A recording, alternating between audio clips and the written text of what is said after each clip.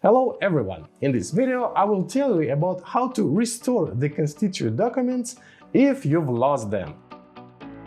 One may find themselves in various situations. For instance, constituent documents were lost during relocation to a new office, or they might be fire, flood, you name it.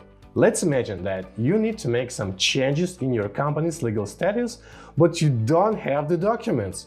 First, you should determine which documents need to be restored. Usually, if a company has worked for a long time, the folder with the constituent documents can be very impressive.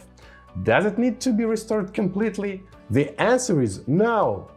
In order to make some legal changes, you must show the notary the following documents: charter, certificate of registration, extract from the state register containing the record of establishment, the decision to establish the company, decision on the appointment of the head of the company.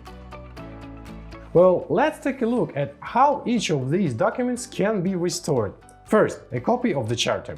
To get it, you need to submit an application to the Territorial Office of the Federal Tax Service at the place of registration of the company.